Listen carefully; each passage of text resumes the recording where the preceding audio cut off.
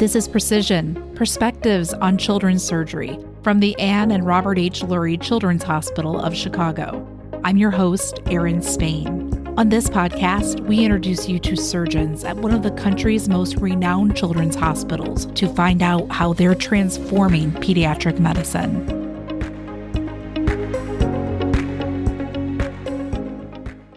Surgical innovations are changing the field of neurosurgery and improving the lives of children with conditions such as epilepsy at Lurie Children's. Dr. Sandi Lam, a pediatric neurosurgeon, is a leading specialist in the areas of minimally invasive epilepsy surgery and neurovascular surgery, and is known for discovering curative treatments for life-threatening neurological disorders. Dr. Lam is the division head of neurosurgery and the holder of the Yeager Professorship in Pediatric Neurosurgery. She joins me today to talk about her expertise in minimally invasive and endoscopic techniques and how her research is transforming pediatric epilepsy care.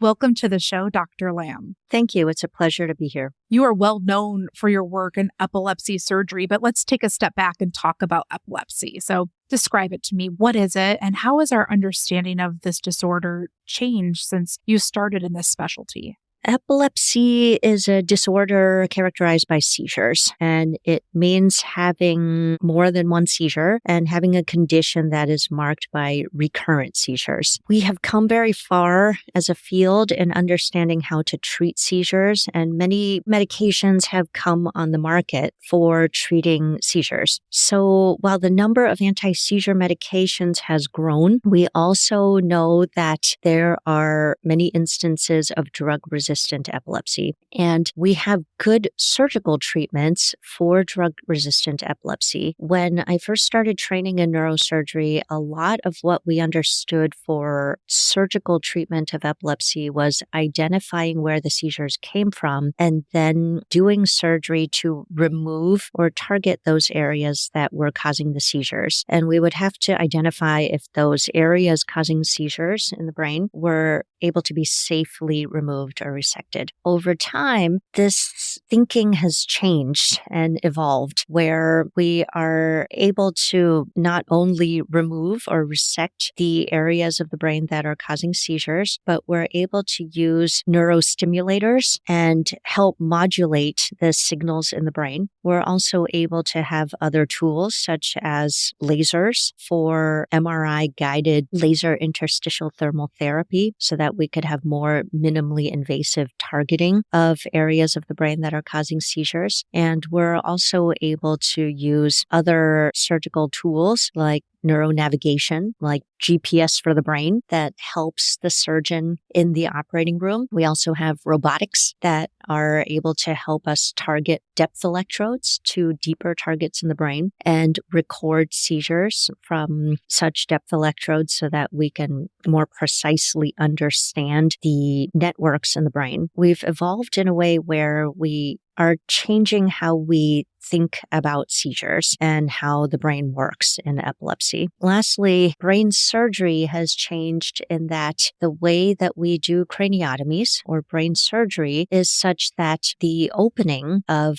the brain surgery or the opening of the skull to be able to reach the brain to do surgery can be more minimally invasive, such as with robotics, with better stereotactic targeting, or with better tools such as better optics, better microscopes, and endoscopes. All of these advances, what does this mean for your patients who are undergoing these surgeries? For patients, it means that there are many more options to try to get to a cure or to have decreased seizure burden so that our quality of life for the patients could be better. It also means that patients who were not candidates for epilepsy surgery 10 years ago or 20 years ago are now candidates for epilepsy surgery because we have many more tools in our toolbox for treating epilepsy with epilepsy surgery. Tell me about your partnership with parents of the children who are about to undergo these surgeries, or when they undergo and after surgery. What important role do parents play in you having successful outcomes? Parents are everything. That's part of being in a pediatric field. When you treat a child, it's not their fault that they have this disease that holds them back in life, that makes their quality of life and their health not optimal. And it's not their fault that through their disease that it affects the family and the community. And parents are fierce advocates of their children. So having trust with parents and families is incredibly important. And that goes both ways, that parents look to my team to be able to be partners with them, to try to look for the best ways to have their child have the best outcomes. But also it means that I need to understand that parents are partnering with me to trust me to take care of their child, their most precious thing in life. And I take that very seriously. To be clear, you're always looking for ways to improve the surgeries that you're doing, and you do research and you involve these children in your research. You led a research study that found epilepsy surgery in infants younger than 3 months is safe when it's performed at an experienced surgery center like Lurie Children's. Tell me about that study. Why is that an important finding in treating epilepsy? In pediatric epilepsy and pediatric epilepsy surgery, time is very important. When children are young and they are growing, they are developing and their brains are developing. And really, every minute lost to seizures or time when the brain is developing and the child is having their brain be affected by seizures or the side effects of being on anti-seizure medications, all of that is time lost. And surgery can sound intimidating or scary, and in the past was thought to be a treatment of last resort. Now we understand that surgery can offer a lot of hope and can even offer a cure for well-selected cases of epilepsy. The message is that surgery is not scary. Surgery is not the treatment of last resort, and it should be considered a really important part of the toolbox that we have, full of tools for us to treat seizures together, to combat seizures together. So considering surgery early in a child's diagnosis and disease is important. And in order for us to study that as an epilepsy surgery community, we reached around the world and we put together our cases and our experience to look at the safety and the feasibility of doing epilepsy surgery in children who are very young. And we defined that in the study as children who are younger than 3 months of age. We showed that we were able to do epilepsy surgery safely and effectively and achieve high levels of seizure freedom for children or babies and infants of this age. It's important to remember that epilepsy surgery is a team sport. It's not just about the surgeon. It's not just about the epileptologist. It's actually something that needs a team of specialists who are experienced and capable of taking care of children, young children, and the sickest children. In the example of Lurie Children's and our collaborators in this study, that means an experienced surgical team, anesthesia team, intensivist team in the intensive care unit, the pediatricians, the neurologists, the epilepsy team, and everything that comes along with that.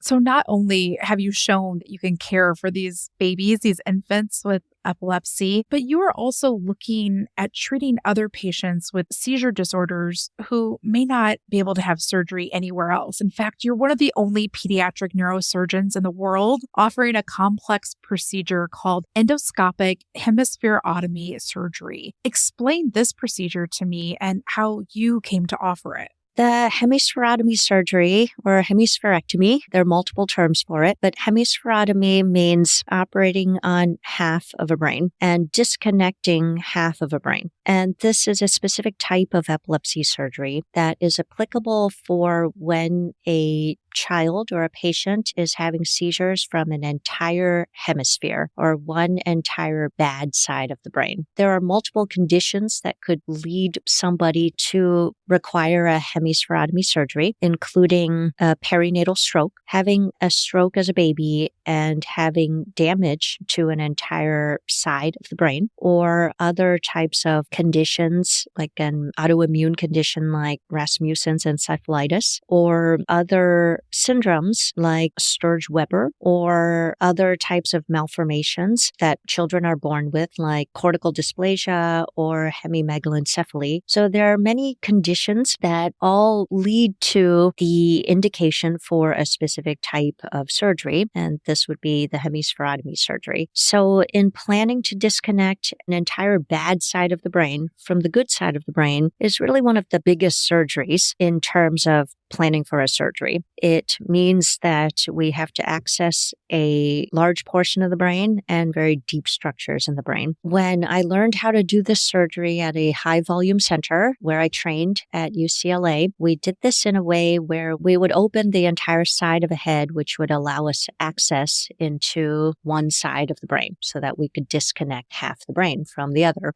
Over time, through our research and through our experience and understanding of anatomy and really innovating together as a field, we realized that we could do this through more minimally invasive techniques and smaller openings in the skull and smaller cuts in the skin. And we're able to do this with microscopes and endoscopes and tools that have evolved over time that allow us to see deep into the brain and have very precise, accurate control of the structures that we're operating on. So I use an endoscope, like a surgical camera, that will allow me to be able to see where I'm making these cuts deep in the brain to disconnect a bad side of the brain from the good side of the brain. With that, we're able to make the skin incision much smaller and really minimize blood loss to the point where most of the children I operate on for this type of big hemispherotomy surgery through this minimally invasive technique no longer need blood transfusions, and many don't need to be in the intensive care unit. That means that recovering from surgery happens sooner and faster, and children can really be kids and hopefully be able to have their best chance at seizure freedom and living life to their full potential. How many of these procedures have you done, and how many other folks are able to do it in this way that you just described? There are few centers in the world that have a concentrated experience in endoscopic hemispherotomy. I am one of 3 people in the world that publish on this and really try to advance this type of technique. I've personally done 50 hemispherotomies through the endoscopic technique. Before that, I did them open, so my accumulated experience is larger than that, but the endoscopic technique I switched to completely about 5 or 6 years ago, and I've been very impressed by how well the patients do with this type of surgery and how much quicker they can start recovering from surgery. Do people come from all over the country to receive this surgery from you? Yes, epilepsy is not something that develops overnight, and often families have dealt with this journey for a long time. And the decision for epilepsy surgery is not taken lightly by families or their treating teams. This is the type of surgery where families often do their research and they look around to try to make the best decisions for their children and to try to seek the best care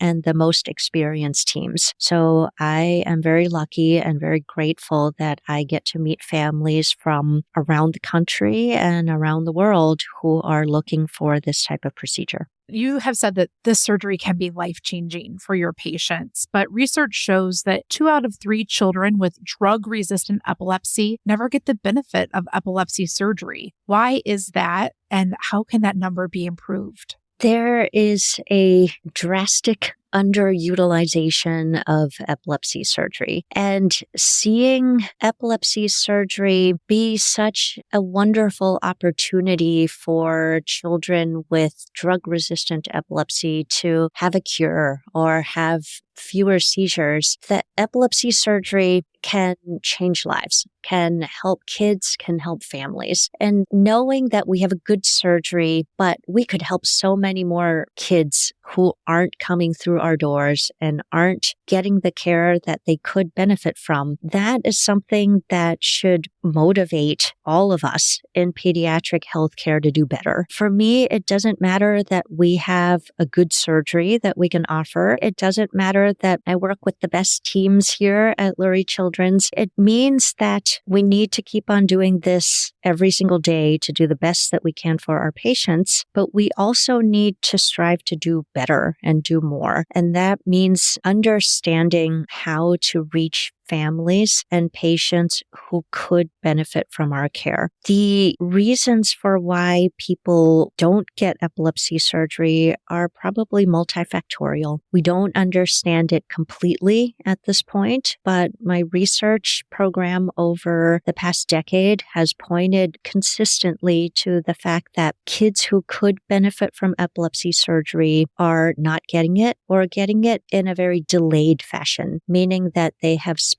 years having seizures on medications that are not able to control their seizures before they actually get epilepsy surgery. If by our estimates that the 1 in 3 children who can benefit from epilepsy surgery are actually getting epilepsy surgery, it means that 2 out of 3 kids who could benefit from epilepsy surgery are not getting epilepsy surgery. To me, we are failing these children as an entire society and an entire healthcare system. So we have to do better to raise awareness among everybody who treats children, everybody who takes care of children. And we also have to build trust to have everybody understand that we are trying to help children, help parents, help families, and help communities deal with this devastating chronic disease and try to be able to achieve a healthier future together. Surgery is not a last resort. Surgery is a great tool in the toolbox we have to combat seizures. And that includes medicines, ketogenic diet, surgeries, and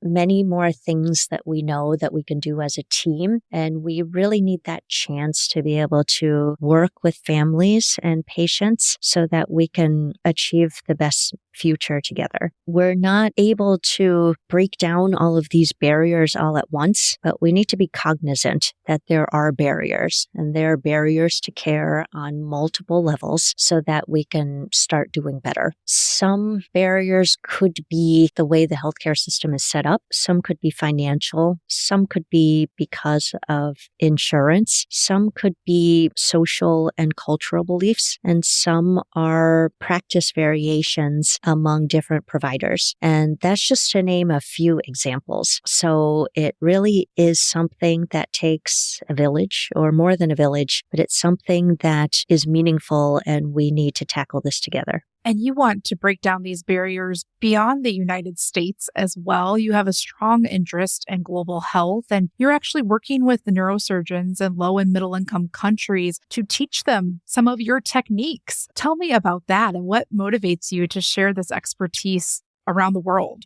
Epilepsy is the most common chronic neurologic condition in the world. So it affects over 80 million people in the world, and it actually disproportionately affects people in low and middle income countries. Aside from the fact that we're not getting to everybody who could benefit from epilepsy surgery care in our own country, it means that there are many people around the world who need help from this chronic, devastating disease, and many have never been able to have the diagnostic workup or the care that they need to be able to treat the seizures. Seizures come at a high economic burden, a high social burden, and come with a lot of stigma. So understanding that we have surgical cures for some forms of epilepsy is very relevant when we realize that we can help people not just here in the U.S. or in our city, but people from all walks of life and in other countries and other parts of the world. There are not enough neurosurgeons and definitely not enough pediatric neurosurgeons in the world. By estimates, we are about 22,000 neurosurgeons short in the world. Now, how do we help that? I think part of the moral obligation of pediatric neurosurgery is that we aim for skill transfer and knowledge transfer to be able to help people in the parts of the world that have a large part of the population as children. So that means in low and middle income countries, there are a lot more children than there are here in the US, and there are not enough neurosurgeons. There are very few trained pediatric neurosurgeons. So I work with a team in Uganda right now, along with our Lurie Children's epilepsy team, to train the team there to identify patients with seizures, to do EEGs or electroencephalography diagnostics, to figure out where the seizures are coming from, and to identify patients who could benefit from epilepsy surgery. Once we identify patients who can benefit from surgery, the surgeons there, my colleagues who I've worked with for over a decade, are able to do these surgeries safely and effectively. So many things have changed in pediatric neurosurgery, and you've been at the forefront of a lot of these changes. But what's next? What can we expect? What's coming? There are a lot of exciting things that are happening in neurosurgery and pediatric neurosurgery. Neurostimulation and neuromodulation is something that is changing lives already. It is helping people with seizures who were never candidates for epilepsy surgery in the past. And the way that these devices are able to record and learn brain patterns and then apply what we see in these patterns and deliver impulses or tell the brain to calm down. That is something that we haven't seen before, the way that we're able to deliver responsive neurostimulation and neuromodulation. Another application is the field of psychosurgery that is already evolving in adults.